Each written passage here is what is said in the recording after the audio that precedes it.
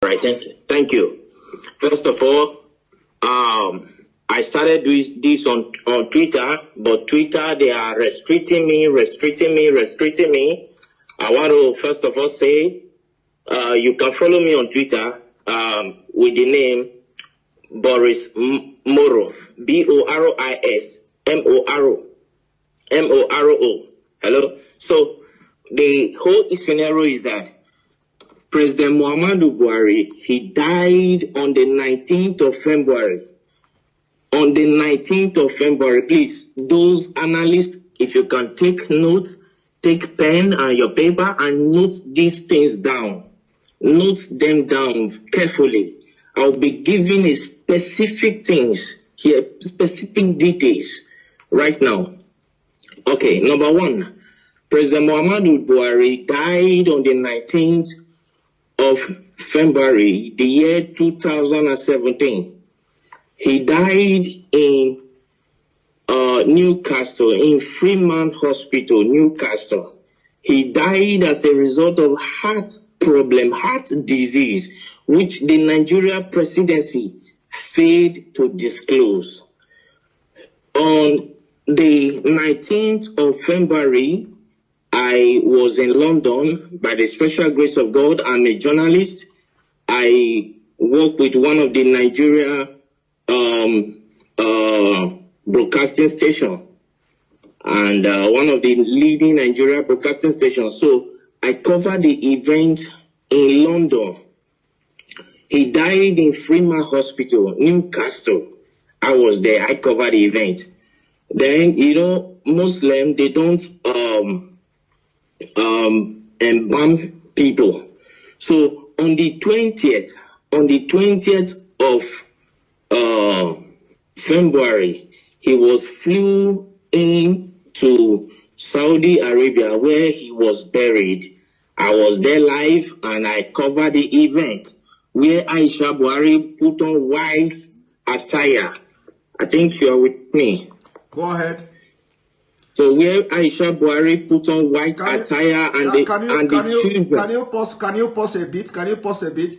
And let me remind Nigerians and the entire world that this event he said he covered, he have the video. He have the video.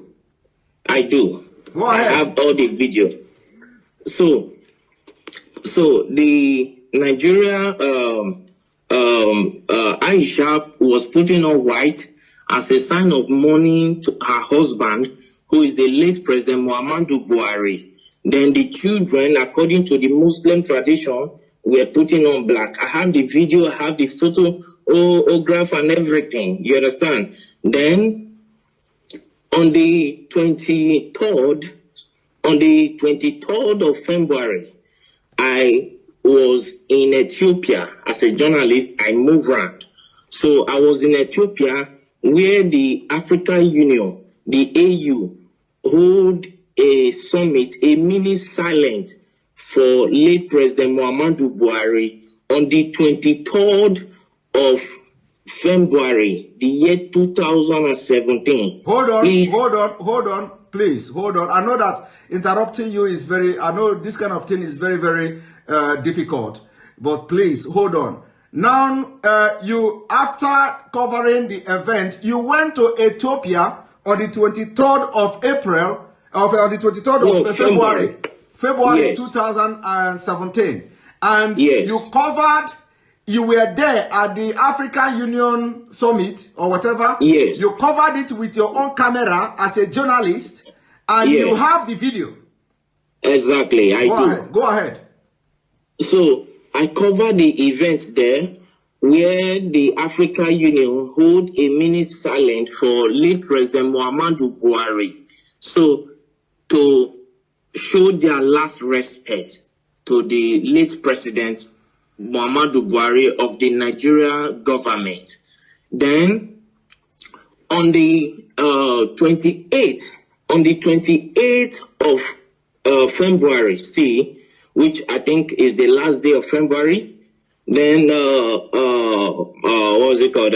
Queen Elizabeth gave a condolence statement to the Nigeria government in respect of late President Muhammadu Buhari, and which went viral. Yes. So all of these, the Nigeria government led by late Abakari and with the Kaaba swept under the carpet for selfish and greed reasons. Then on the 2nd of March, Eric Joyce, the ex-British lawmaker, he issued a statement, a condolence statement to Nigeria for the loss of her president. Are you with me, sir? Yes. Then they swept it under carpet, and the man got angry and came out to say that President Muhammadu Buhari is dead. If President Muhammadu Buhari if they think he is lying, that they should come out to challenge him. You understand what I'm saying now? Yes, they should come out to challenge him in the court of law, that he will come out with every evidence to prove that Muhammadu Buhari is dead. As I talk to you since 2017, till this minute, nobody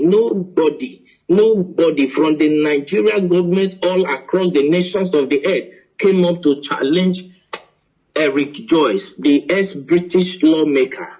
That went by. Then on April 17th, one American journalist by name Mark Smith, he came up to say that the corruption going on in Nigeria is unbearable, that he can only imagine how the Nigerians are surviving in that country, that there is corruption everywhere.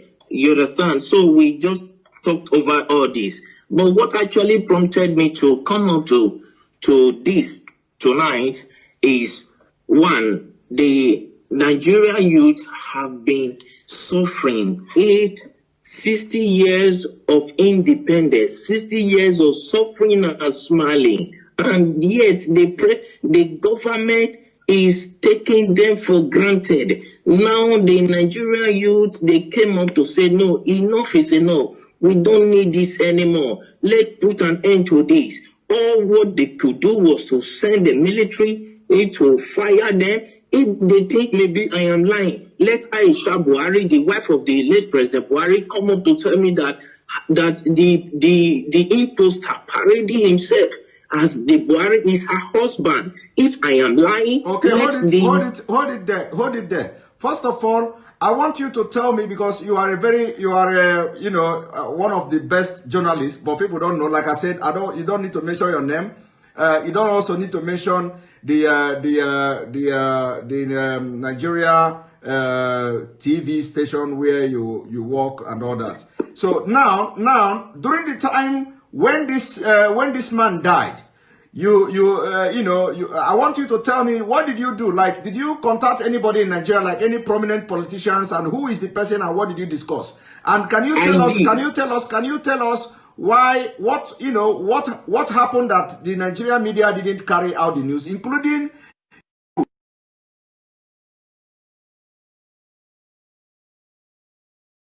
fortunate that Abakari is dead. Abakari did not die of COVID-19. Coronavirus did not kill him. They masterminded his death. That is number one. I have proof for everything I'm saying, because I am a media personnel, and for me to say whatever thing, I know I can prove it anywhere on the earth. You understand what I'm saying? First and foremost, after that we came to Nigeria and we tried to publish the news. Let me state categorically, I don't want to mention the name of the broadcasting this thing I work with. Don't mention it. Our firm was suspended by the National Broadcasting Commission, NCC, NBC, National Broadcasting Commission, suspended our firm, our broadcasting station from airing because we carried the news. Because then you were, apart from that, because they know, they have information that you were there. You were there, yeah, and you so, followed everything. So when you came to Nigeria, they suspended you from, they suspended your pay. So I'm coming to that, sir. Coming to that, sir. Let's not rush it. Late Abakari called me to Aso Rock. You understand what I'm saying? Yes. So I flew into Abuja to go and see him, and he told me that if I can keep quiet, that my safety to be alive will be guaranteed, and for my generation to come, no, we suffer again as a result of the bribe he was offering me. You understand what I'm saying? Yes. So I told him, accepting bribe is not the problem, but my conscience will judge me till I die. Yes. So I cannot do that. And to God who made me, I'm saying this categorically, and God Almighty is my witness. I did not take a dime from him. So I left. Then I called Bola Tinubu Asiwaju, okay, the Lagos State richest man on earth. Let me use the word. So I called him on his MTN line. I can call the line now, the MTN line that I use in reaching him. I can say it here. The number is 080-622-40104. That is the number I use in calling Bola Tinubu Asiwaju. So I called him on phone to tell him about the development, and he came up to tell me that I should shut up, I should keep quiet, and so many other trash and nonsense that he told me that at the end of the day, I was suspended from my work. You understand? As a journalist. Okay, hold it there. So you called Bola Ahmed Tinubu to tell Tinubu, of course you normally call him too. This is not the first time you are calling him, by the way. We normally communicate. Okay, so you called him on this number you called now, 080-622-40104. Yes. And then he tell you to shut up and tell you a lot of things.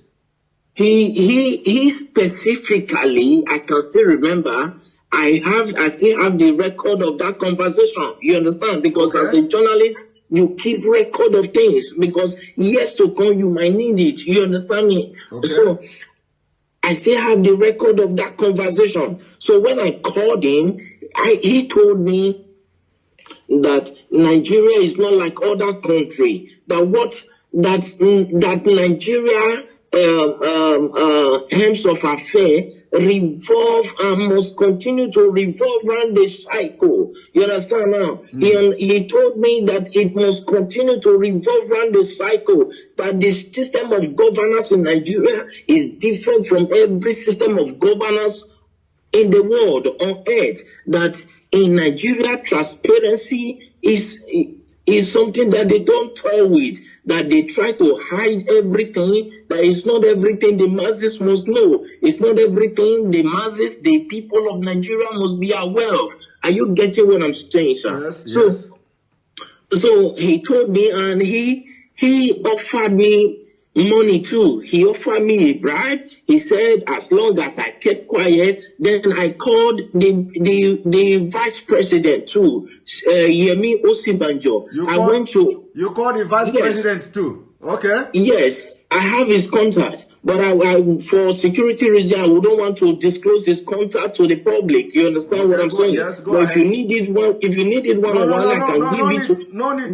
Just go ahead. No need. So I called Professor Yemi Osibanjo. I called him. I went to his office to meet him in Aso Rock in Abuja. So when I got there, and I told him, sir, we understood, because I was the one that covered that news. I'm from so place. I introduced myself to him, and he welcomed me. He sat me down. I told him this according to the law that I know, because my father is in Nigeria. You understand me now? My father is in Nigeria. My mother is from the British. Is from England. So I told him that according to the laws that are known in Nigeria, when the president died, the vice president automatically will become the president. You understand? As a way of moving the country forward. He said that the Nigerian government is not run in that system. I said, no, when Goodluck Jonathan was there, that was what happened. When the president died, he was the vice president and he came up to be the president. You understand what I'm saying? And he said, please, for my safety, I should keep quiet and go my way. That the course of things will play out by itself in Nigeria. The reason I got to understand that. Can you pause a little bit, please? I know that this is very difficult, when I'm, pausing you all the time. So, is it that because of the way you have actively trying to air this news was the reason why you were suspended and sacked or something?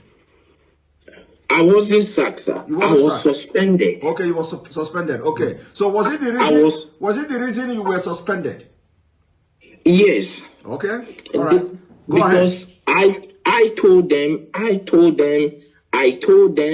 that I will publish it. Then, as at that time, I was receiving so many threats. Like seriously, people started threatening my life, threatening me here and there. Then I called, what's it called? El-Rufai, because El-Rufai was there when Buhari was being buried in Saudi Arabia. El-Rufai was there, the Sultan of Sokoto was there, Ganduje was there. As at that time, then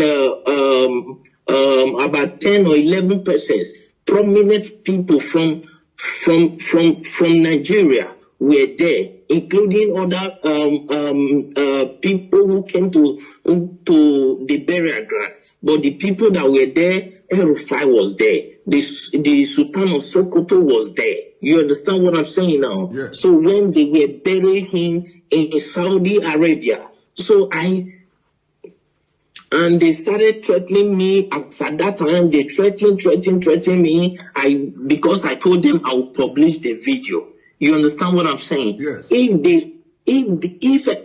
I understand that many of them are hearing me right now. I understand that many of them will come up to say it's a lie, nothing like that happened. But if any of them can come up to challenge me that this and this and this I'm saying now never happened, I will be very glad, because I will pick it up from there. I will take it to the court, to the International Court of Law. Let Aisha Buhari come up to tell me that the man he's posting as a Buhari is the real Buhari. I will come up with every evidence, including the video of how he was wrapped with the Nigeria flag, yes, with the white, green cloth. Okay. I will come up with the video of everything. Okay, let them come out and challenge me. Okay, hold it there. So actually, the video and all these pictures were taken away from you, but you have your own backup as a journalist.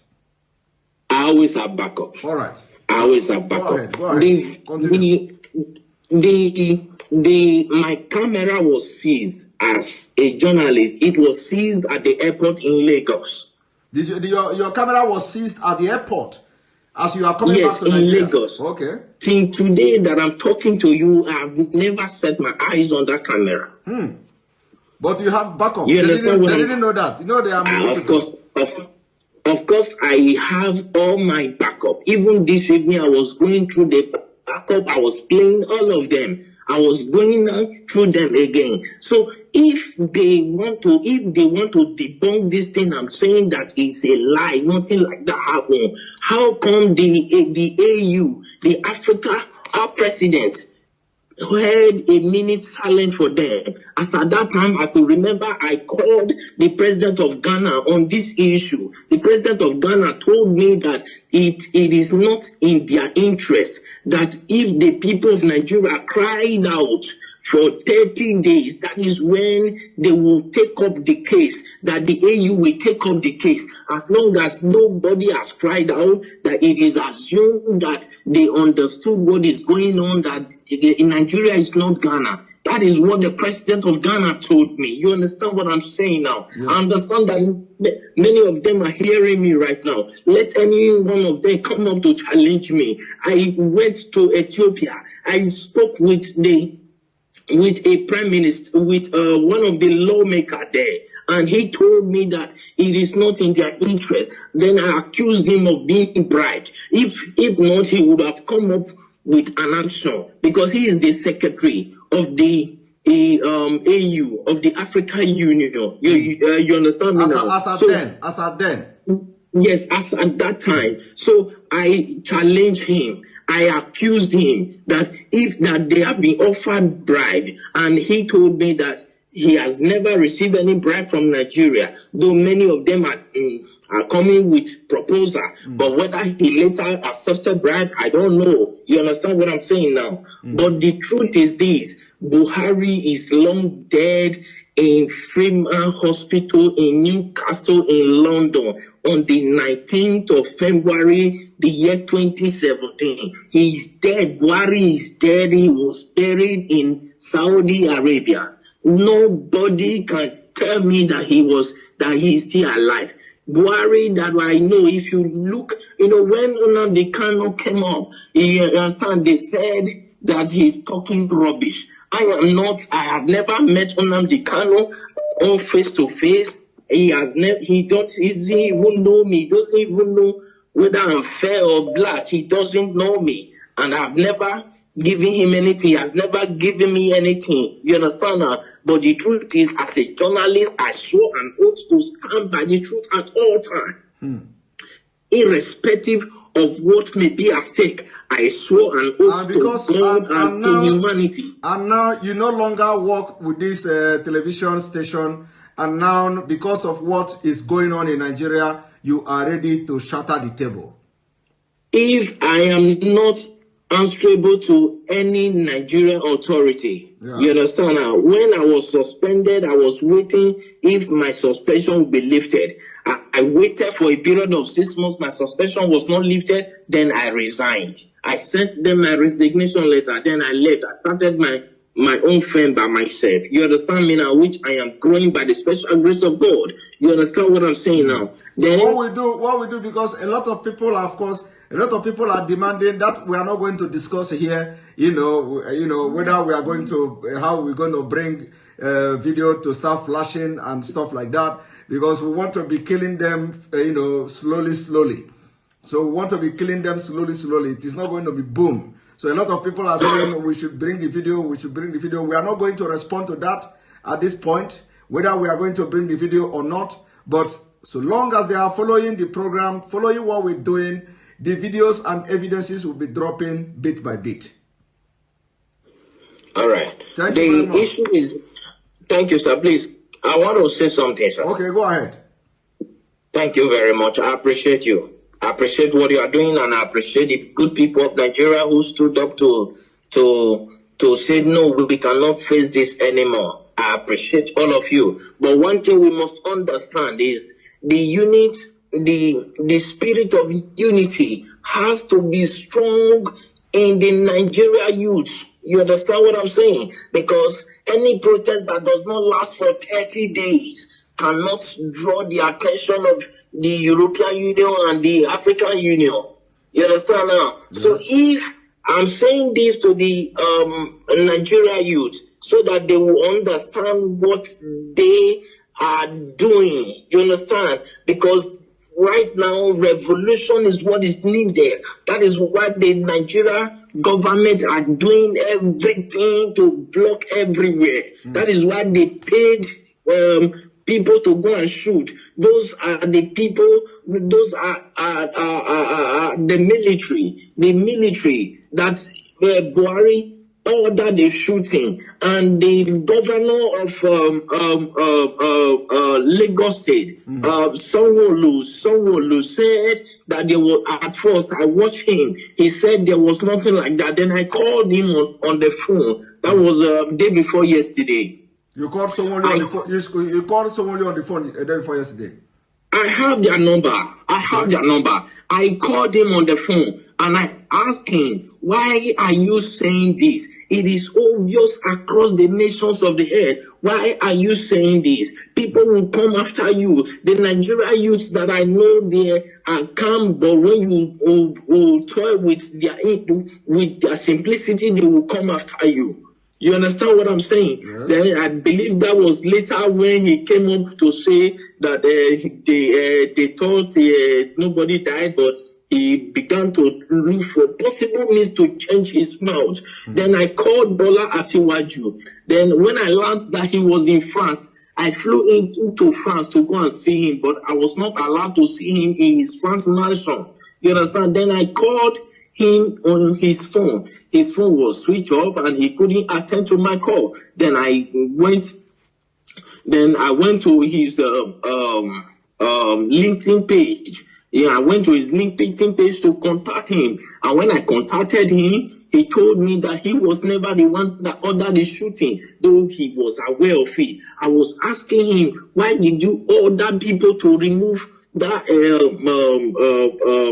camera? He said he was not the one, that it was the governor Sanwo-Olu that ordered them to remove it, that nobody can remove it except the governor signed it. So the governor of Lagos State, he was aware of what will happen. He was aware that soldiers were going there. He let any of them come up to say this is not true, and I will publish the voice notes, the voice recording through LinkedIn that I communicated with Asiwaju Bola Tinubu. You understand what I'm saying tonight? Yes. Thank you very much. You know, some people will be saying, "Oh, this thing is not adding up." You know, sometimes when you are in the field,